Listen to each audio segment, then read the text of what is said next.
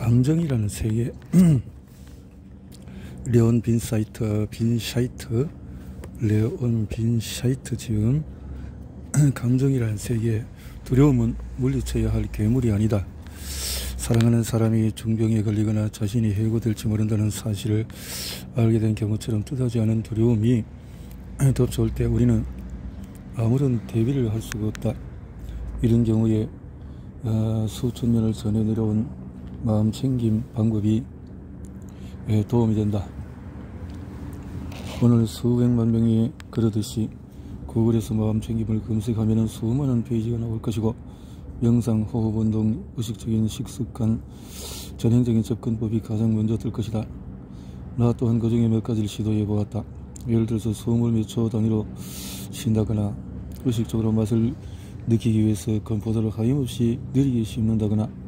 처음에는 마음 챙김이 두려움이라는 감정을 다루는데 어째서 도움이 되는지 명확하게 이해하지 않을 수도 있다. 하지만 마음 챙김 매 기만을 둔 치료법은 수년 동안 연구의 대상이 되어 왔으며 그 효과가 분명하다는 사실이 밝혀졌다. 가령 유방암에 걸린 여성의 경우에 마음 챙김 치료법을 통해서 병을 진단받은 뒤에 심리적 부담이 크게 줄었고, 우울증에 시달리던 사람은 재발 가능성이 낮아졌다. 마음 챙김 치료법은 아동의 심리 문제를 다루는 데 도움이 된다. 오늘날의 감금위한 데이터베이스를 들여다보면 마음 챙김이 두려움을 다루는 데도 매우 효과적인 방식이라 말할 수 있다. 마음 챙김에는 현재 일어나는 일을 평가하지 않고 의식을 집중해서 지켜보는 것을 말한다. 이는 공포를 두려워하지 않고 경험하는 것을 의미한다. 긴장을 풀 필요는 없지만 자신의 두려움을 정직하게 느껴야 한다. 과정이 물론 불편할 수도 있다. 일상생활에서 마음 챙김을 할 수 있는 가장 간단한 방법은 눈을 감는 것이다.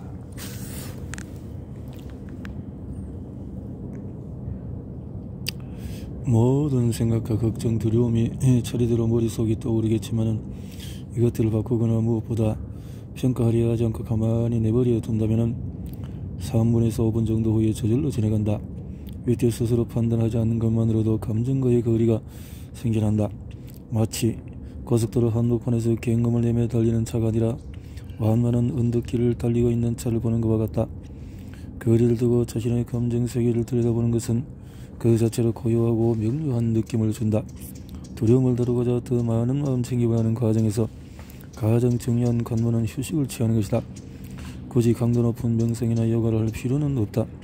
다만 숨가쁘게 바쁜 하루하루 속에서 규칙적으로 잠시 멈추고 깊게 숨을 들이쉬고 심호흡을 느끼기만 해도 미래로 달려가는 당신의 생각을 현재로 데려올 수 있다.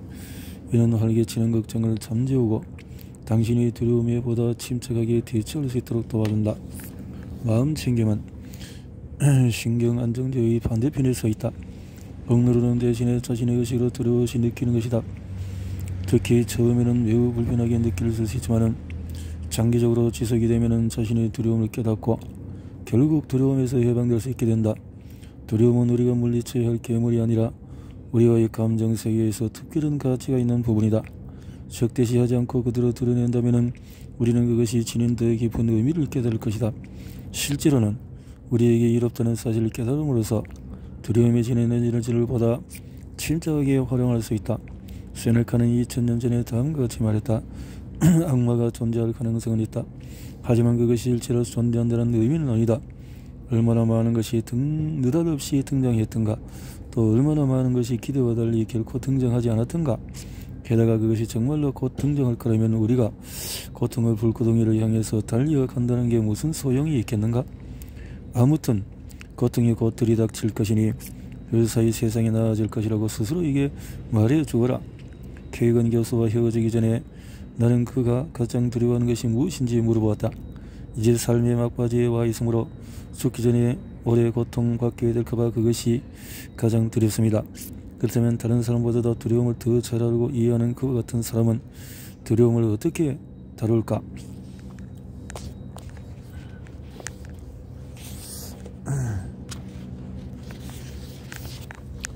나는 내 두려움에 대해서 생각하고 내가 할 수 있는 일은 아무것도 없다고 스스로에게 말하고 내 갈 길을 갑니다. 여러분도 자신의 길을 가야 한다. 두려움을 없애는 것이 아니라 보다 느긋한 태도로 개근 교수가 19번 아이에게서 배운 것이 있다면 바로 그것이다. 두려움.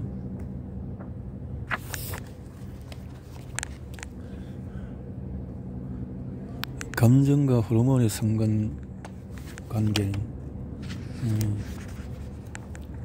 사람은 결코 자연사하지 않는다.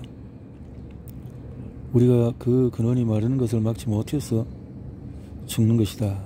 아나이스는 브리티시 컬럼비아에 있는 캐필라노 협곡은 하이킹 천국이다. 바람까지 흔들리는 찝찝한 소나무 아래로 펼쳐지는 숨막히는 바위 경관 사이를 강물이 굽이쳐 흐른다. 사람의 손길이 거의 닿지 않는 자연의 풍광을 걸어주는 것은 조그마한 숲길과 두 개의 다리뿐이다. 하나는 짧고 단단한 나무 판도로 만든 다리로 양쪽에 높다란 난간이 설치되어 있다. 하나는 길이 140m의 높이가 70m에 달하는 강철 케이블로 만든 다리로 바위 협곡 위에서 제 멋대로 흔들린다. 1974년 캐나다의 심리학 교수 아서 아론과 도널드 도턴이 오랜 시간을 같이 한 연인이나 배우자가 사랑을 유지하는 비결을 발견한 것은 바로 이 다리 위에서 한 실험을 통해서였다.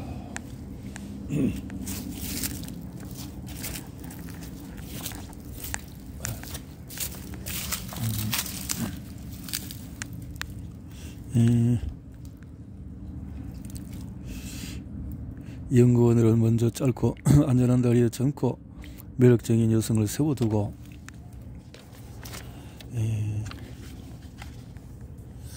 이 여성은 여자 동행 없이 지나가는 남성 등산객들에게 설문조사에 참여해달라며 말을 걸었다.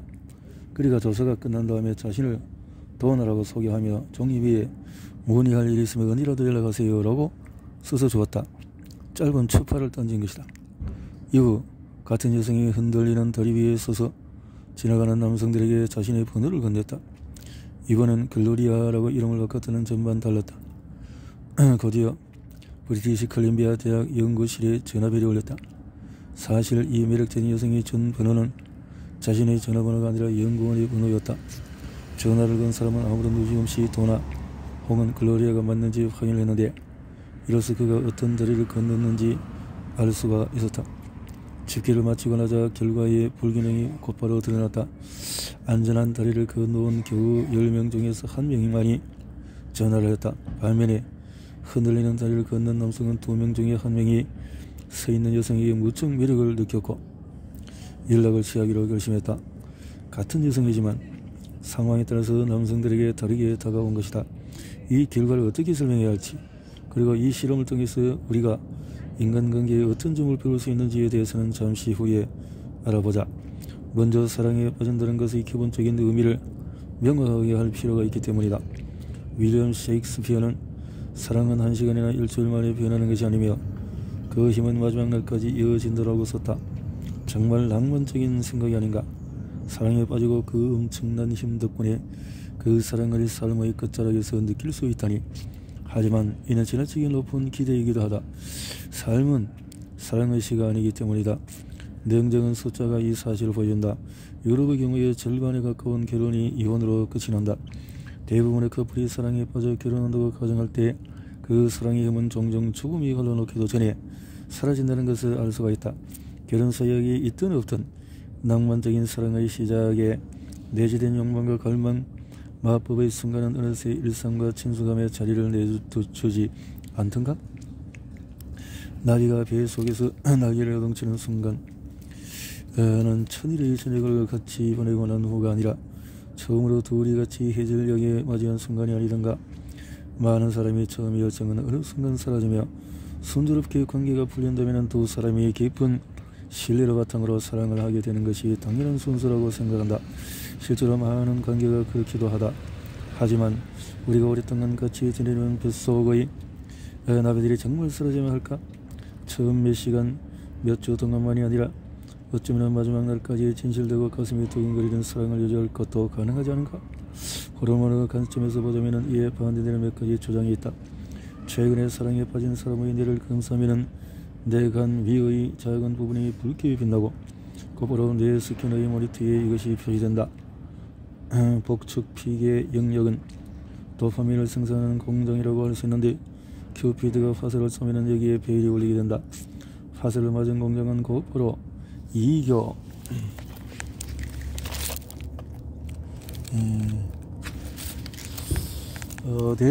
운영 체제를 전환해서 도파민을 음실거리게 생산하는 것이다. 도파민이 사랑에 빠진 사람이 느끼는 절대되지 않은 욕망이 두근거리는 갈망, 끊임없이 번지는 미소와 지나친 황홀감 등을 일으키는데 결정적인 역할을 한다는 것은 시사하는 바가 크다. 만약에 우리가 비행기라면 우리를 일곱 겹의 구름 위로 데려다주는 엔진에는 도파민이 가득 차 있을 것이다. 전해지는 바에 따르면 이 관용구는 하늘을 일곱 개로 나눈 아리스토텔레스에게로 거슬러 올라가는데 그의 정의에 따르면 일곱 번째 구름이 가장 높은 단계이다. 실제로 사랑에 빠지면 우리는 하늘 높이 날아오르는 기분을 느낀다. 사랑에 빠질 때의 환상적인 경험은 코카인이나 알코올이 유발하는 경험과 크게 다르지 않다. 가령 암컷에게 그보다는 수컷 쳐버리는 암컷을 유혹하는 데 성공한 수컷보다 4배나 더 많은 알코올을 과일에서 섭취한다는 것이 밝혀졌다. 경우에 따라 다르겠지만 동일한 도성체계가 작동했다는 것을 알 수가 있다. 이처럼 사랑에 빠지게 되면 마약이 필요 없게 된다. 큐피드의 화살은 도파민 외에도 코르티솔의 생성을 촉발하기도 한다. 코르티솔은 스트레스 호르몬이다. 처음으로 같이 석양을 바라볼 때 우리는 흥분과 불안감을 동시에 느끼는데 우리가 방금 얻은 믿을 수 없는 행운을 어떤 대가를 치르더라도 다시 잃고 싶지 않기 때문이다. 이런 상태에서 코르티솔은 우리에게 무한한 자원을 제공한다. 며칠 동안 잠을 안 자고 깨어 있어도 멀쩡하고 나무를 뿌리째 뽑을 수 있을 만큼 힘이 불끈불끈 솟으며 먹지 않아도 저절로 배가 부르다. 말 그대로 공기와 사랑만으로 살아갈 수 있는 것이다. 하지만 두려움이라는 감정에서 볼 수 있듯이 인간은 감정세계의 극단적인 영역에서 오래 머물도록 만들어지지 않았다. 특히 강렬한 감정은 마라톤이 아닌 단거리 경주로 설계되었다. 흥분과 스트레스가 뒤섞인 행복의 절정 상태는 건강한 관점에서 본다면 얼른 벗어나는 것이 상책이다. 연구 결과에 따르면 이 상태는 몇 달 혹은 1년여 정도밖에 지속되지 않는다. 물론 측정하기 어려운 정해진 시간은 없다. 하지만 중독 상태가 오래지 않아 사라지고 스트레스 수준도 고감소할 것이라는 징후를 여기저기서 엿볼 수 있다. 우리는 곧 제정신을 차려야 될 것이다. 이 시점에서 관계가 깨어지는 일이 드물지 않게 일어난다. 하지만 도파민과 코르티솔 외에도 러브 칵테일에는 흔히 포옹 호르몬이라고 불리는 옥시토신이라는 또 다른 성분이 함유되어 있다. 실제로 급격하게 분비되는 옥시토신은 섹스 후에 두 사람과의 유대감을 더한다. 부드러운 피부 접촉이나 출산, 모유, 수유 또한 옥시토신을 방출하게 한다. 이 호르몬은 두 사람 사이에 믿음이 생기도록 하고 커플 사이의 유대감과 신의를 강화한다. 다른 사람 관계를 맺게 하고 내 속에서 사랑이라는 감정이 닻을 내리도록 돕는 역할을 하기도 한다. 이렇게 옥시토신은 다른 사람과의 관계를 맺었다는 사실과 사랑에 빠졌다는 사실을 두뇌에 고정하도록 돕는다. 이 효과는 일부 일처제를 유지하는 몇 안 되는 소유류 중의 하나인 프레리 들지에 관한 연구에서 가장 잘 설명할 수 있다. 일단 사랑에 빠지면 이들은 평생 동안 헌신적인 관계를 유지한다. 사랑에 빠지면 여기서는 분명히 옥시토신이 결정적인 역할을 한다. 하지만 이런 냉정한 연구자가 옥시토신이 지의 내에 흡수되지 않도록 방해하면 프레들 지의 순정도 끝이 난다. 그때부터 술을 마신 수컷 프레리 들지에게서 나타나는 행동인 속임수가 난무하는 것을 볼 수 있다. 반대로 프레리 들지에 가까운 친척인 산악 들지의 경우에 틈만 나면 파트너를 바꾸는데 이 들지들이 옥시토신을 섭취하게 되면 갑자기 충실한 배우자가 된다. 물론 동물에게서 발견한 내용은 단순히 인간에게 대입할 수는 없다.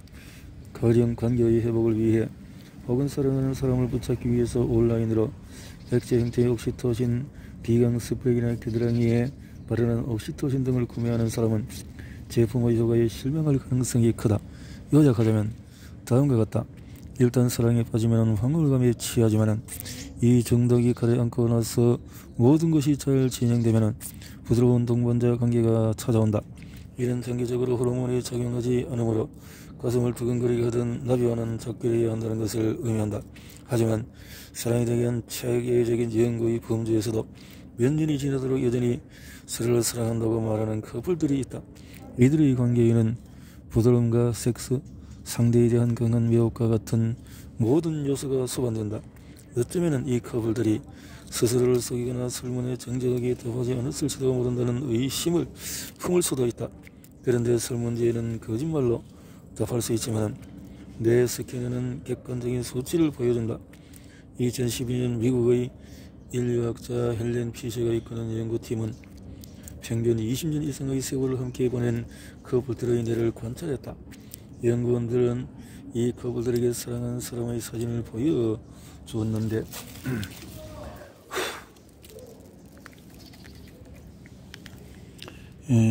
그 즉시 명령을 받은 듯 이들의 뇌에서 도파민이 생성되기 시작했다. 복잡한 세부사항을 정리하고 나면 이 연구의 메시지는 간단하다. 사진 한 장만으로 막 사랑에 빠진 사람과 마찬가지로 오랜 연인이나 부부의 뇌의 영역이 활성화되기 시작했다는 것이다. 헬렌 피시는 다른 가지 다른 점이 있다고 말한다. 새로 사랑에 빠진 사람들의 뇌에서는 두려움과 연관된 뇌 영역이 활발히 움직였다. 하지만 오랜 연인이나 부부와 같은 뇌 영역은 고요하기만 했다.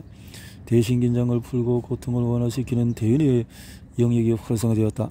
우리는 연구실에서 수십 년 동안 관계를 유지해 오면서 여전히 서로를 사랑한다고 말하는 50, 60대의 사람을 많이 만났답니다. 라고 연구원은 말했다. 누구도 그것이 가능할 거라 생각하지 않았다고 연구원은 덧붙였다. 하지만 뇌 스캐너는 이들이 거짓말하는 것도 스스로를 속이는 것도 아니라는 사실을 보여주었다. 과학은 스트레스를 발산하는 끊임없는 황홀경과도 같은 초기 열병이 수십 년 동안 지속된다고. 20년이 지난 후에도 여전히 처음 키스했을 때와 똑같은 느낌을 받을 거라고 말하지 않는다. 그것이 가능하다고 보지도 않는다. 사람은 변하며 감정이나 세상을 인식하는 방식도 변하기 마련이다. 그럼에도 20년이나 관계를 유지하고 나서도 사랑하는 사람을 보기만 하면 보상의 감정이 넘쳐나는 사람들이 존재하기는 한다.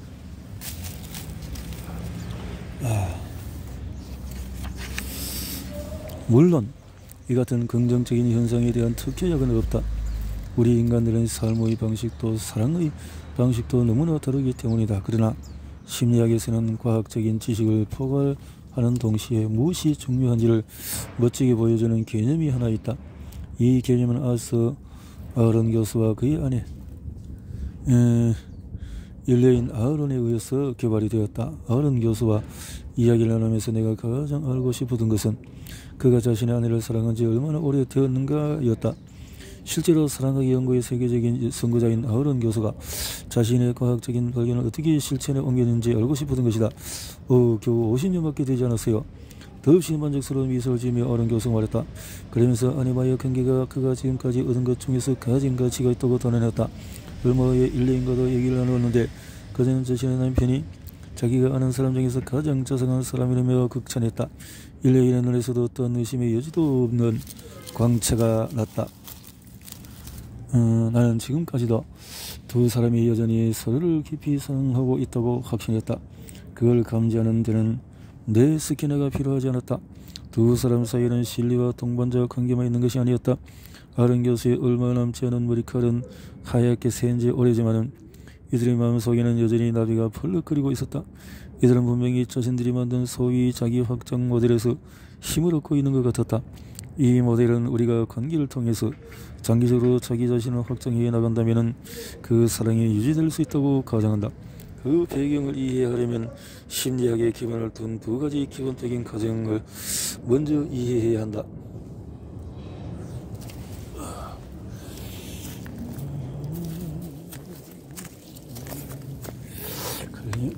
첫 번째는 우리 모두가 일하고 싶어 한다는 것이다. 인간을 피라미드 모양으로 그린다면 맨 아래에는 음식과 옷 두 가지가 들어갈 것이다. 우리에게 기본적으로 지분과 먹을 것이 필요하다. 피라미드의 꼭대기는 삶의 변화를 주고 싶은 우리의 욕구가 자리하고 있다. 우리 모두는 삶에 어떤 영향을 미치고 싶어한다. 이러한 욕구는 우리 안에 깊숙이 자리 잡고 있다. 대부분의 아기는 줄을 당겨서 여름이어 장난감이 흔들리기 시작할 때부터 이미 순수한 기쁨의 표정을 짓는다. 어린 시절 우리는 머리성을 쌓고 허물기를 반복한다. 청춘을 지나면서는 어디까지 갈 수 있는지 보려고 한계에 도전한다. 이후에 직업을 구할 때도 구급대원이 되어서 생명을 구하거나 기술자가 되어 현수교를 건설하고자 한다. 집에서는 채소밭을 가꾸고 요리와 피아노를 배우며 다음 휴가를 위해서 배인을 수리한다. 일이 얼마나 중요한지는 일을 할 수 없을 때 분명해진다. 노인들은 더 이상 할 일이 없을 때면은 말 그대로 죽음에 이르고, 젊은 사람들은 늙은 능력을 개발할 수 있는 기회를 빼앗기면 공격적으로 변한다. 모든 사람이 세상을 바꾸고 싶어하는 것은 아니다. 어떤 사람은 그저 소소하게나마 무언가를 시작하는 것만으로 충분하다. 강렬하건 소소하건 우리 안에 자리한 일에 대한 열의와 그 후의 만족감은 죽을 때까지 우리에게 필요하다.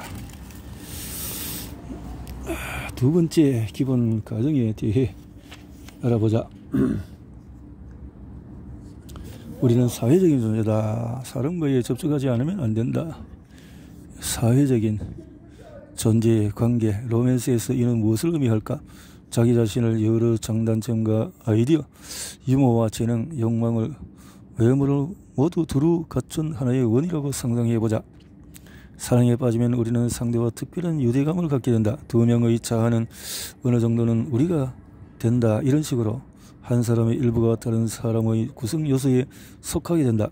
두 원이 겹칠 때 한쪽 원에만 지나치게 약점이 많지만 않다면 각자 얻는 부분이 있을 테고 서로 성장을 하게 될 것이다. 두 개의 별도의 원과 자아가 우리라는 것, 우리라는 연결 속에서 두 개의 자아가 성장을 한다. 이렇게 함께 한다는 것이요. 당신은 누구입니까? 소속적인 것을 이렇게 표현을 했군요. 이렇게 해서 원이라는 것이 이렇게 되어진다면 더 점점 7번까지 가까이 이렇게 시간이 지나면서 우리는 점점 더 서로를 알게 되고, 무엇이 그를 웃게 하는지, 그녀가 어떤 피자 토핑을 싫어하는지, 이 하나됨은 심지어 몸의 반응에서도 일어난다. 다행히도 우리는 고통만으로 느끼지 않는다. 실험실에서 불쾌한 전기 충격을 받은 아내는 남편의 손을 잡을 때 낯선 사람의 손을 잡는 것보다 고통을 덜 느낀다. 고통을 나누면 반이 된다. 동그라미가 서로 겹친다는 것은 이런 의미라고 볼 수가 있다.